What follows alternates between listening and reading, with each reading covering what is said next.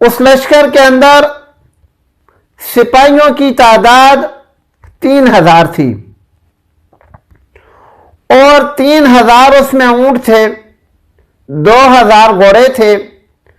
ان 3000 سپاہیوں میں سے 700 سپاہی زرہ پوش تھے۔ تو اتنی تیاری کے ساتھ وہ مسلمانوں کو ختم کرنے کے لیے، مسلمانوں کے خلاف لڑنے کے لیے تیار ہو گئے۔ مکہ مکرمہ میں آپ صلی اللہ علیہ وآلہ وسلم کے چچا حضرت عباس رضی اللہ تعالی عنہ نے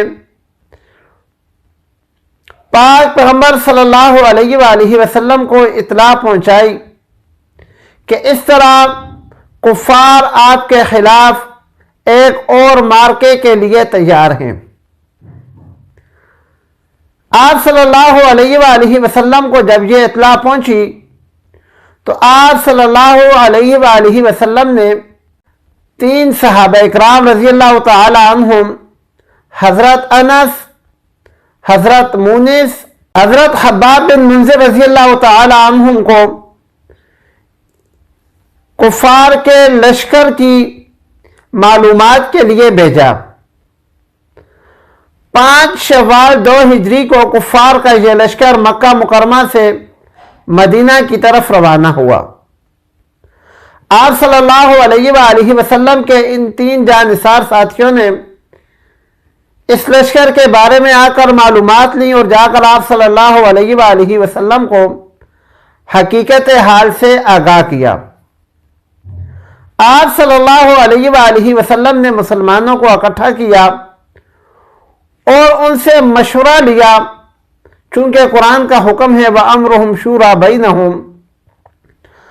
تو صحابہ اکرام رضوان اللہ تعالی علیہم سے مشورہ کیا کہ کفار کے ساتھ لڑائی مدینہ منورہ کے اندر رہ کر کرنی چاہیے یا مدینہ منورہ سے باہر جا کر کرنی چاہیے۔ صحابہ اکرام رضوان اللہ تعالی علیہم کی اکثریت اس بات کی حامی تھی کہ مدینہ منورہ سے باہر نکل کر کفار کے ساتھ لڑائی کی جائے، لیکن کچھ صحابہ اکرام رضی اللہ تعالی عنہم اس بات کے بھی حامی تھے کہ مدینہ منورہ میں لڑائی لڑی جائے۔ منافقین ان کا یہ مشورہ تھا کہ مدینہ منورہ کے اندر رہ کر لڑائی لڑی جائے۔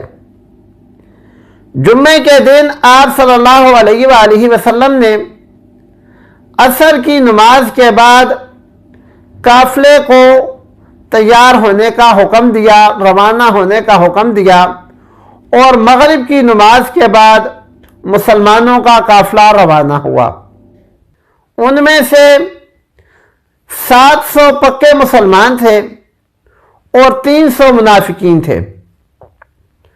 جب یہ قافلہ مدینہ منورہ سے نکلا تو منافقین کے سردار عبداللہ بن ابی بن سلول نے یہ بہانہ بنا کر کہ ہم نے مشورہ دیا تھا کہ مدینہ کے اندر رہ کر لڑائی لڑی جائے، اور چونکہ ہمارے مشورے کو اہمیت نہیں دی گئی اس لیے ہم واپس پلٹتے ہیں، اپنے 300 ساتھیوں کو لے کر وہ واپس ہو گیا۔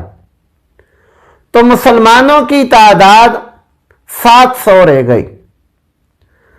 اب 700 مسلمان تھے اور ان کے پاس صرف 2 گھوڑے تھے، اور مقابلے میں کفار کی تعداد 3000 تھی۔ 3000 ان کے پاس اونٹ تھے، 200 گھوڑے تھے اور 700 زریں تھیں۔ مسلمانوں کا یہ قافلہ روانہ ہوا اور اس نے رات کو شیخین کے مقام پر پڑاؤ کیا۔